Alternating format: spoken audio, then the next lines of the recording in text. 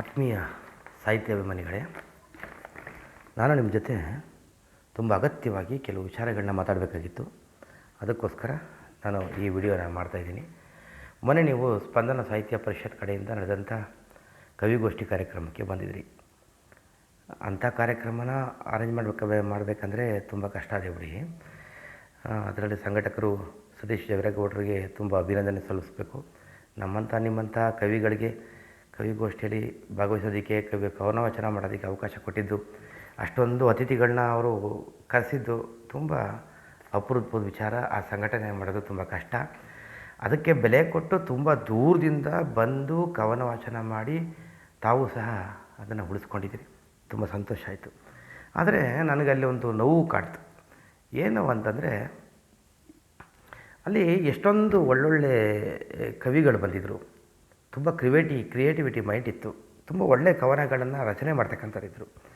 ಆದರೆ ಅವರಿಗೆ ತಮ್ಮ ಕವನಗಳನ್ನು ಪ್ರಕಾಶನಗೊಳಿಸೋದಕ್ಕೆ, 4 ಜನ ಓದೋಂಗೆ ಮಾಡೋದಕ್ಕೆ ಸೂಕ್ತ ವೇದಿಕೆ ಇಲ್ಲ ಅಂತ ನನಗನ್ನಿಸ್ತು. ಯಾಕೆಂದರೆ ನನಗೆ ಗೊತ್ತು, ನಾನು ಪುಸ್ತಕಗಳನ್ನ ಮುದ್ರಣ ಮಾಡಿಸ್ತೋನೋ ಪಬ್ಲಿಷ್ ಮಾಡಿಸ್ತೋನೋ ಅದ್ರ ಕಷ್ಟ ನನಗೇನಂತ ಗೊತ್ತು.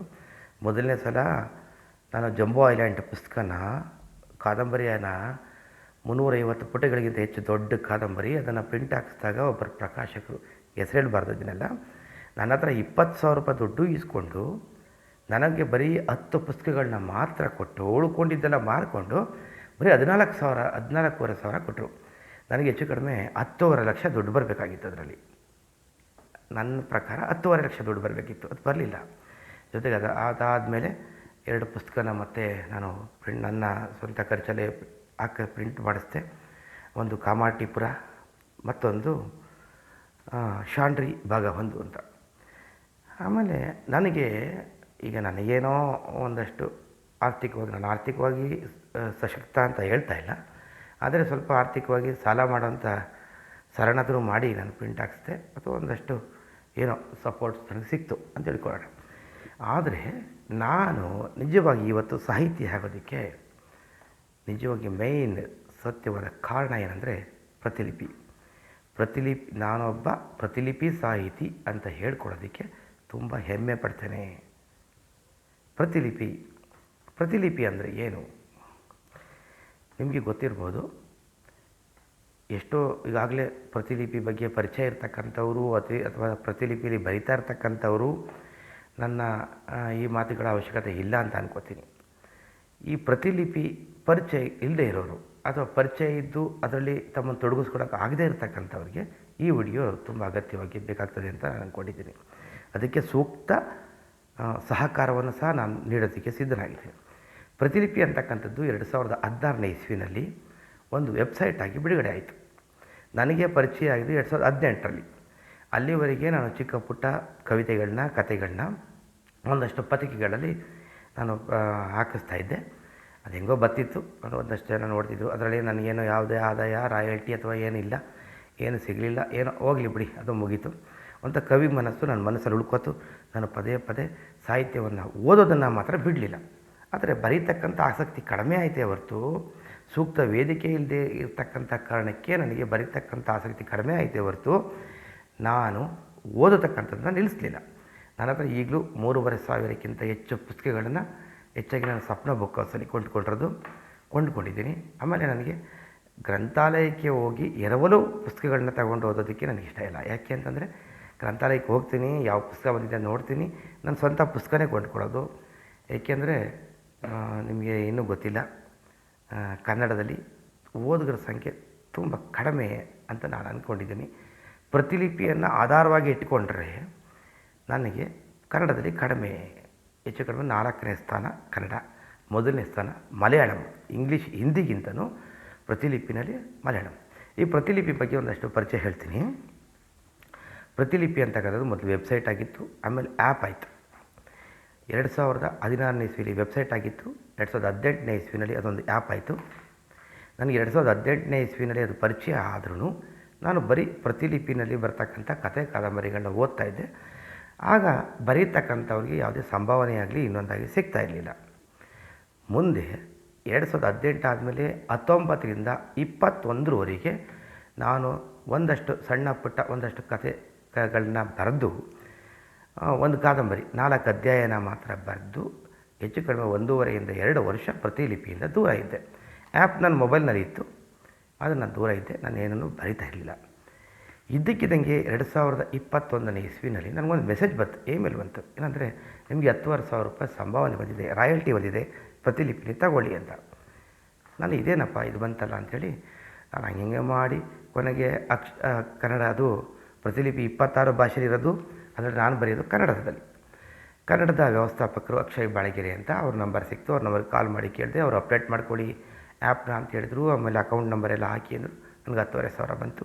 ಅಲ್ಲಿಂದ ಮತ್ತೆ ನನಗೆ ಮರು ಉತ್ಸಾಹ ಬಂತು. ನಾನು ಪ್ರತಿಲಿಪಿನ ಮತ್ತೆ ಓಪನ್ ಮಾಡಿ ನೋಡಿದೆ. ನನ್ನ ಕತೆ ಕಾದಂಬರಿಗಳಿಗೆ ತುಂಬ ಜನ ತುಂಬ ಸಪೋರ್ಟ್ ಮಾಡಿದರು. ಮತ್ತು ಮುಂದಿನ ಎಪಿಸೋಡ್ ಯಾವಾಗ, ಮುಂದಿನ ಕತೆ ಯಾವಾಗ ಬರಿತೀನಿ, ಮುಂದಿನ ಕವಿತೆ ಯಾವಾಗ ಬರಿತೀನಿ ಅಂತಕ್ಕಂಥ ಒಂದು ಆತುರವನ್ನು ಜನ ತೋರಿಸಿದರು. ಆದರೆ ನಾನು ತುಂಬ ನೆಗ್ಲೆಕ್ಟ್ ಮಾಡ್ಕೊಂಡು ಹೋಗಿದ್ದೆ. ನಂತರ 2021ರಿಂದ ನಿರಂತರವಾಗಿ ನಾನು ಇಲ್ಲಿವರೆಗೂ ಸಕ್ರಿಯ ಸಾಹಿತಿಯಾಗಿ ಪ್ರತಿಲಿಪಿ ಆ್ಯಪ್ನಲ್ಲಿ ಬರಿತಾ ಇದ್ದೀನಿ. ನನಗೆ ಈಗ ಏನಿಲ್ಲ ಅಂದರೂ ಕನಿಷ್ಠ ತಿಂಗಳಿಗೆ 15,000 ರೂಪಾಯಿ ಸಂಪಾದನೆನ ಪ್ರತಿಲಿಪಿಲಿ ಮಾಡ್ತಾಯಿದ್ದೀನಿ. ನಾನು ದಿನ ಅದಕ್ಕೆ ವ್ಯಯ ಮಾಡ್ತಾ ಇರ್ತಕ್ಕಂಥ ಸಮಯ 2 ಅವರು. ಈಗ ನೀವು ಕೇಳ್ಬೋದು, ಪ್ರತಿಲಿಪಿನ ನಾವು ಡೌನ್ಲೋಡ್ ಮಾಡ್ಕೋತೀವಿ, ನಾವು ಬರಿತೀವಿ, ಅಯ್ಯೋ ಒಂದು ಸಲ ಕೈಲಿ ಬರ್ಕೋಬೇಕು ಮತ್ತು ಟೈಪ್ ಮಾಡಬೇಕು, ಇದೆಲ್ಲ ತುಂಬ ಕಷ್ಟದ ಕೆಲಸ ಅಂತಕ್ಕಂಥದ್ದು ನೀವು ಆಲೋಚನೆ ಮಾಡ್ಬೋದು. ಅದು ಕಷ್ಟದ ಕೆಲಸ ಏನಲ್ಲ. ನಾನು ಅದಕ್ಕೆಲ್ಲ ಪರಿಹಾರ ನಾನು ಹೇಳ್ಕೊಡ್ತೀನಿ ನಿಮಗೆ. ಮೊದಲು ಪ್ರತಿಲಿಪಿ ಆ್ಯಪ್ನ ಡೌನ್ಲೋಡ್ ಮಾಡ್ಕೊಳ್ಳಿ. ಜೊತೆಗೆ ದೇಶ್ ಕನ್ನಡ ಆ್ಯಪ್ ಅಂತ ಡೌನ್ಲೋಡ್ ಮಾಡ್ಕೊಳ್ಳಿ. ದೇಶ್ ಕನ್ನಡ, ನಾವು ಕೆಲವರು ನುಡಿನಲ್ಲಿ ಅದು ಇದು ಏನೇ ಹೇಳ್ತಾರೆ, ನನಗೆ ಅಂತ ಕಂಪ್ಯೂಟ್ರು ನಾಲೆಜ್ ನನಗಿಲ್ಲ, ಅದ್ರ ಬಗ್ಗೆ ನನಗೆ ಗೊತ್ತಿಲ್ಲ. ನನಗೆ ಗೊತ್ತಿರೋದು ದೇಶ್ ಕನ್ನಡ ಆ್ಯಪ್ ಮಾತ್ರ. ದೇಶ್ ಕನ್ನಡ ಆ್ಯಪ್ನ ಡೌನ್ಲೋಡ್ ಮಾಡಿಕೊಂಡಾಗ ನೀವು ಪ್ರಿಂಟ್ ಆಗ್ತಕ್ಕಂಥದ್ದು ಕನ್ನಡದಲ್ಲಿ ಪ್ರಿಂಟ್ ಹಾಕೋದಕ್ಕೆ ತುಂಬ ಅನುಕೂಲ ಆಗ್ತದೆ. ಪ್ರತಿಲಿಪಿ ಆ್ಯಪ್ನ ಡೌನ್ಲೋಡ್ ಮಾಡಿಕೊಂಡು ಮೊದಲು ನಿಮ್ಮ ಪ್ರೊಫೈಲ್ನ ಹಾಕಿ. ಪ್ರೊಫೈಲ್ನಲ್ಲಿ ತುಂಬ ಆಕರ್ಷಣೀಯವಾಗಿರ್ತಕ್ಕಂಥ ಪ್ರೊಫೈಲ್ ಇರಲಿ. ನೀವು ಯಾರು ಏನು ಎಂತು, ನಿಮ್ಗೊಂದು ಒಳ್ಳೆಯ ಫೋಟೋ, ನಿಮ್ಮ ಫೋಟೋನೇ ಹಾಕಿ. ಯಾವುದೋ ಹೂವಿನ ಫೋಟೋ ಅದು ಇದು ಏನು ಹಾಕೋದು ಬೇಡ. ನಿಮ್ಮ ಕಾವ್ಯನಾಮ ಏನು ಇದೆಲ್ಲ ಹಾಕ್ಕೊಳ್ಳಿ, ಸತ್ಯವಂತ ವಿಚಾರಗಳನ್ನೇ ಹಾಕ್ಕೊಳ್ಳಿ. ಅದಾದಮೇಲೆ ಪ್ರತಿಲಿಪಿ ಬಯಸ್ತಕ್ಕಂಥದ್ದು ದೀರ್ಘಾವಧಿಯವರೆಗೆ ಬರ್ತಕ್ಕಂಥ ಕಾದಂಬರಿಗಳನ್ನ. ನಾವು ಮೊದಲು ಹಣ ಸಂಪಾದನೆ ಮಾಡಬೇಕಂದ್ರೆ ಪ್ರತಿಲಿಪಿನಲ್ಲಿ ಮೊದಲು ನಾವು ಗೋಲ್ಡನ್ ಬ್ಯಾಡ್ಜನ್ನು ಪಡ್ಕೋಬೇಕು. ಗೋಲ್ಡನ್ ಬ್ಯಾಡ್ಜ್ ಪಡ್ಕೋಬೇಕಂದ್ರೆ ಕನಿಷ್ಠ 5 ಕೃತಿಗಳನ್ನ ರಚನೆ ಮಾಡಿರಬೇಕು. 50 ಜನ ಹಿಂಬಾಲಕರನ್ನ ಹೊಂದಿರಬೇಕು. 5 ಕೃತಿಗಳನ್ನ ರಚನೆ ಮಾಡೋದು, ಅಯ್ಯೋ ಎಷ್ಟೊಂದು 5 ಕಾದಂಬರಿ ಬರೀಬೇಕಾ ಅಂತ ಅಂದ್ಕೋಬೇಡಿ. ಒಂದು 2-3 ಕಥೆಗಳು, 2-3 ಕವಿತೆಗಳನ್ನ ಬರೆದ್ರೆ ಅದು 5 ಕೃತಿ ಅಂತಲೇ ಆಯ್ತದು. ಅದು ಬೇರೆ ಬೇರೆ ಹೆಸರನ್ನ ಇಟ್ಕೊಂಡು ಬೇರೆ ಬೇರೆ ಫೋಟೋಗಳನ್ನ ಹಾಕ್ಕೊಂಡು ಬರೀರಿ. 50 ಜನ ಸಿಗ್ತಾರೆ. ಏಕೆಂದರೆ ಕನ್ನಡದಲ್ಲಿ ಇವತ್ತು ಗಡಿನಾಡಿಂದ ಹೊರಗಡೆ ಇಡೀ ವಿಶ್ವದಲ್ಲಿರ್ತಕ್ಕಂಥ ಕನ್ನಡಿಗರು ಪ್ರತಿಲಿಪಿ ಆ್ಯಪಿಂದ ಕತೆಗಳನ್ನು ಕಾದಂಬರಿಗಳನ್ನ ಓದ್ತಾರೆ. ಅದನ್ನು ನೀವು ನಂಬ್ತೀರಾ ಇರೋ ಗೊತ್ತಿಲ್ಲ. ನೀವು ಪ್ರತಿಲಿಪಿನಲ್ಲಿ ಬರೆಯೋಕ್ಕೆ ಶುರುವಾದಮೇಲೆ ನಿಮ್ಗೆ ಗೊತ್ತಾಗ್ತದೆ. 50 ಜನ ಅಲ್ಲ, ನಿಮಗೆ 200 ಜನ ಸಿಗ್ಬೋದು. ಆಗ ನಿಮಗೆ ಗೋಲ್ಡನ್ ಬ್ಯಾಡ್ಜ್ ಅಂತ ಸಿಗ್ತದೆ. ಅದಾದಮೇಲೆ ನೀವು ಬರೀತಕ್ಕಂಥ ಪ್ರತಿ ಕಥೆಯಲ್ಲೂ ಸಬ್ಸ್ಕ್ರಿಪ್ಷನ್ ಅಡಿನಲ್ಲಿ ನೀವು ಬರೀತೀರಿ. 15 ದೀರ್ಘಾವಧಿ ಧಾರಾವಾಹಿಗಳನ್ನ ಬರೀಬೇಕು, ಕಾದಂಬರಿಗಳನ್ನ ಬರೀಬೇಕು ಪ್ರತಿಲಿಪಿನಲ್ಲಿ. ಭಾಳ ಮುಖ್ಯವಾಗಿ ಅದು ಹೇಳ್ತೀನಿ ನಾನು. ಒಂದು ಅಧ್ಯಾಯಕ್ಕೆ 1,000ಕ್ಕಿಂತ ಹೆಚ್ಚು ಪದಗಳಿರಬೇಕು. ನಾವು ಎಷ್ಟು ಜಾಸ್ತಿ ಸಮಯ ಜನ ಓದುಗರು ಓದ್ತಾರೆ ಅಷ್ಟು ನಮಗೆ ಹೆಚ್ಚು ಹಣ ಬರ್ತದೆ. ಒಂದು ದಿನಕ್ಕೆ ನಾನು ಮೊದಲು 4-5 ಅವರ್ಗಳನ್ನ ನಾನು ಸ್ಪೆಂಡ್ ಮಾಡ್ತಾಯಿದ್ದೆ. ಈಗ ನಾನು ಕೇವಲ 2 ಅವರ್ ಮಾತ್ರ ತಗೋತೀನಿ. ಕಾರಣ ಏನಂದರೆ, ನಾನು ಮೊದಲು ಟೈಪ್ ಮಾಡುವಾಗ ನಾನು ಟೈಪ್ ಮಾಡ್ತಕ್ಕಂಥ ಸಂದರ್ಭದಲ್ಲಿ ಮೊಬೈಲ್ನಲ್ಲೇ ಟೈಪ್ ಮಾಡ್ತಾಯಿದ್ದೆ. ನನಗೆ ತುಂಬ ಸಮಯ ಹಿಡಿತಾಯಿತ್ತು. ಅದಕ್ಕೋಸ್ಕರ ನಾನು ಕಂಡುಕೊಂಡಂಥ ಕೆಲವು ಪರಿಹಾರಗಳೇನೆಂದರೆ, ನಾನು ಯೂಟ್ಯೂಬ್ ಅಲ್ಲಿ ಇಲ್ಲಿ ನೋಡಿ ಒಂದಷ್ಟು ಶಬ್ದಗಳ ಹತ್ರ ಕೇಳಿ ಒಂದು ಕೀಬೋರ್ಡನ್ನು ತಗೊಂಡೆ. ಈ ಥರದ್ದು ಕೀಬೋರ್ಡ್. ಈ ಕೀಬೋರ್ಡ್ನ ಕನೆಕ್ಟ್ ಮಾಡೋಕ್ಕಾಗಲ್ಲ, ನಮ್ಮ ಮೊಬೈಲ್ಗೆ ಕನೆಕ್ಟ್ ಮಾಡೋಕ್ಕಾಗಲ್ಲ. ಇದಕ್ಕೆ OTG ಅಂತ ಬರ್ತದೆ ನೋಡಿ, ಇದು OTG. ಈ OTGನ ನೀವು ಕನೆಕ್ಟ್ ಮಾಡ್ತೀರಿ. ಕನೆಕ್ಟ್ ಮಾಡಿ ನಿಮ್ಮ ಮೊಬೈಲ್ಗೆ ಸಿಕ್ಕಿಸ್ತೀರಿ. Charger ಸಿಕ್ಕಿಸ್ತೀರಿ, lock ಹಾಕಿಸ್ತೀರಿ. ಅದಾದಮೇಲೆ ಸೆಟ್ಟಿಂಗ್ಸ್ಗೆ ಹೋಗಿ OTG ಅಂತಕ್ಕಂಥ ಒಂದು ಸೆಟ್ಟಿಂಗ್ಸಲ್ಲಿ ಆಪ್ಷನ್ಸ್ ಇರ್ತದೆ, ಅದನ್ನು ಆನ್ ಮಾಡ್ಕೋತೀವಿ. ಆನ್ ಮಾಡಿದ್ಮೇಲೆ ನೀವು ಟೈಪ್ ಮಾಡ್ತಾ ಹೋದರೆ ಮೊಬೈಲ್ನಲ್ಲಿ ಟೈಪ್ ಆಗ ಪ್ರಿಂಟ್ ಆಗ್ತಾ ಬರ್ತದೆ. ನಿಮಗೆ ಮತ್ತೆ ಒಂದು ಕಾಡ್ಬೋದು, ನನಗೆ ಟೈಪಿಂಗ್ ಗೊತ್ತಿಲ್ಲ, ಡೋಂಟ್ ವರಿ, ನಾನು ಕನ್ನಡ ಟೈಪಿಂಗ್ ಕಲ್ತಿಲ್ಲ, ಡೋಂಟ್ ವರಿ. ನಿರ್ದೇಶ್ ಕನ್ನಡ ಆ್ಯಪ್ನ ಡೌನ್ಲೋಡ್ ಮಾಡ್ತೀರಲ್ಲ, ಅವನು ಅಂತ ಪ್ರಿಂಟ್ ಹಾಕೋಕ್ಕೆ ಏನು ಮಾಡ್ತೀರಿ, AVANU ಅಂತ ಹಾಕ್ತೀರಿ. ಇಲ್ಲೂ ಅಷ್ಟೇ AVANU ಅಂತ ಹಾಕಿದ್ರೆ ಅದು ಕನ್ನಡದಲ್ಲಿ ತಾನಾಗೆ ಅವನು ಅಂತ ಪ್ರಿಂಟ್ ಹಾಕೋದೆ. ಕೆಲವು ಸಲ ನಿಮ್ಮ ಸ್ಪೆಲ್ಲಿಂಗ್ ಮಿಸ್ಟೇಕ್ಸ್ನ ಸರಿ ಮಾಡ್ತಕ್ಕಂಥ ಒಂದು ತಂತ್ರಜ್ಞಾನ ಸಹ ಪ್ರತಿಲಿಪಿ ಒಳಗಡೆ ಇದೆ. ಮೊದಲು ನಾನು ತುಂಬ ಸ್ಪೆಲ್ಲಿಂಗ್ ಮಿಸ್ಟೇಕ್ಸ್ನ ಮಾಡ್ತಾಯಿದ್ದೆ. ಈಗ ಆ ಥರದ್ದು ಏನು ತೊಂದರೆ ಇಲ್ಲ. ನಾನು ಎಲ್ಲ ಸ್ಪೆಲ್ಲಿಂಗ್ ಮಿಸ್ಟೇಕ್ಸ್ನ ಯಾವುದೂ ಮಾಡದೆ ಬರೆಯೋದು ನನಗೆ ಗೊತ್ತು. ಈಗ ನಾನು ಬರಿತಾಯಿದ್ದೀನಿ. ಆ ಥರ ನೀವು ಮಾಡ್ಕೊಂಡು ಹೋಗ್ಬೋದು, ಆಗ ಫಾಸ್ಟಾಗಿ ಆಗ್ತದೆ. ಆಮೇಲೆ ನೀವು ಮತ್ತೊಂದು ಪ್ರಶ್ನೆ ಕೇಳ್ಬೋದು, ನನಗೆ ಟೈಪಿಂಗ್ ಗೊತ್ತಿಲ್ಲ, ನಾನು ಟೈಪಿಂಗ್ ಕಲ್ತಿಲ್ಲ ಅಂತ. ಡೋಂಟ್ ವರಿ, ಕಂಪ್ಯೂಟ್ರನ್ನು ಕಲಿಯೋದು ಬೇಡ, ನೀವು ಟೈಪಿಂಗಲ್ಲಿ ಕಲಿಯೋದು ಬೇಡ. ನಿಮ್ಗೆ ಯಾವುದೇ ಒಂದು ಸಮಸ್ಯೆ ಇದ್ದರೆ ನನ್ನದು ಫೋನ್ ನಂಬರ್ ಕೊಡ್ತೀನಿ. ನನ್ನ ಫೋನ್ ನಂಬರ್ಗೆ ನನಗೇ ಕಾಲ್ ಮಾಡಿ. ಇಲ್ಲಾಂದರೆ ಕನ್ನಡದ ವ್ಯವಸ್ಥಾಪಕರಿರ್ತಕ್ಕಂಥ ಕನ್ನಡದ ಪ್ರತಿಲಿಪಿ ವ್ಯವಸ್ಥಾಪಕರು ಅಕ್ಷಯ್ ಬಾಳೆಗೆರೆ ಅಂತ, ಅವ್ರು ಸ್ವಲ್ಪ ಬ್ಯುಸಿ ಇರ್ಬೋದು. ಅವ್ರು ಬ್ಯುಸಿ ಇರೋಂಥ ಸಂದರ್ಭದಲ್ಲಿ ಅವರಿಂದ ನಿಮಗೆ ಸೂಕ್ತ ಮಾಹಿತಿ ಸಿಗದೇ ಇದ್ದಂಥ ಸಂದರ್ಭ ನನಗೆ ಮಾಡಿ. ನಿಮಗೆ ಮಾಹಿತಿ ಖಂಡಿತ ಅವ್ರು ಕೊಡ್ತಾರೆ. ಆಗಲಿಲ್ಲ ನನಗೇನೆ ಕೇಳಿ, ನಾನೇ ಹೇಳ್ಕೊಡ್ತೀನಿ ನಿಮಗೆ.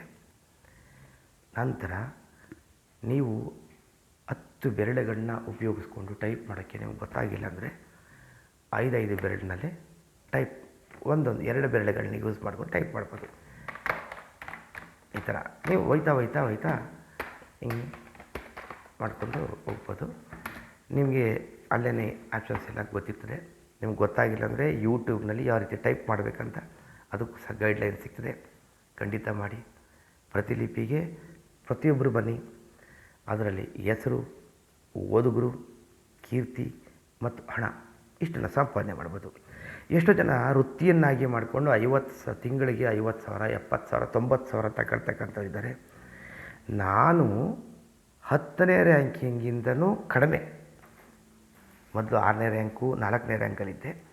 ನಾನು ಹೆಚ್ಚು ಕಡಿಮೆ ಇವತ್ತು ರ್ಯಾಂಕಿಂಗ್ ಲಿಸ್ಟಲ್ಲಿ 25ಕ್ಕಿಂತ ತುಂಬ ಕೆಳಗಡೆ ಇದ್ದೀನಿ. ಅಂಥವನೇ ತಿಂಗಳಿಗೆ 15,000 ತಗೋತೀನಿ ಅಂದರೆ ಮೊದಲನೇ ರ್ಯಾಂಕಲ್ಲಿ ಇರ್ತಕ್ಕಂಥವ್ರು ಎಷ್ಟು ತಗೋಬೋದು? ಇದೇನು ಯಾವುದೋ ಒಂದು ಮೋಸದ ಆ್ಯಪಲ್ಲ. ನಿಮಗೆ ಒಂದು ಸಾಹಿತ್ಯ ಸೇವೆಯನ್ನು ಮಾಡ್ತಕ್ಕಂಥ ಸುಸಂದರ್ಭ. ಜೊತೆಗೆ ಮುಂದೆ ನೀವು ಆರ್ಥಿಕವಾಗಿ ಸಬಲರಾದಾಗ ಪುಸ್ತಕದಲ್ಲೇ ಪ್ರಿಂಟ್ ಹಾಕಿಸ್ಬೋದು. ಅಯ್ಯೋ, ಕೆಲವರು ಅಭಿಪ್ರಾಯ ಇಲ್ಲ, ಆ್ಯಪ್ನಲ್ಲಿ ಮೊಬೈಲಲ್ಲೆಲ್ಲ ಯಾರು ಓದ್ತಾರೆ ಅಂತ. ಖಂಡಿತ ಸುಳ್ಳು. ಇವತ್ತು ಪೇಪರ್ಲೆಸ್ ಪ್ರಪಂಚ. ಮುಂದೆ ಇದು ನಿಮಗೆ ಸೂಕ್ತ ವೇದಿಕೆ ಆಗ್ತದೆ, ಆ ಭರವಸೆ ನನಗಿದೆ. ನಾನು ಇವತ್ತು ಪ್ರತಿಲಿಪಿನಲ್ಲಿ 58 ಕೃತಿಗಳನ್ನ ನಾನು ಬರೆದಿದ್ದೀನಿ. ನಾನೊಬ್ಬ ಸಕ್ರಿಯ ಸಾಹಿತಿ. ಖಂಡಿತ ಬನ್ನಿ. ನಂದು ಫೋನ್ ನಂಬರ್ ಹೇಳ್ತೀನಿ, 9902241169. ಮತ್ತೊಂದು ಸಲ ಕೇಳಿಸ್ಕೊಳ್ಳಿ, 9902241169. ಈಗ ನನ್ನ ಫೋನ್ ನಂಬರು, ಪ್ರತಿಲಿಪಿದ ಲಿಂಕು ಇಷ್ಟನ್ನು ನಾನು ಈ ವಿಡಿಯೋ ಜೊತೆ ಸೆಂಡ್ ಮಾಡಿರ್ತೀನಿ. ಖಂಡಿತ ಬನ್ನಿ. ನಮಸ್ಕಾರ. ಒಳ್ಳೆಯದಾಗಲಿ.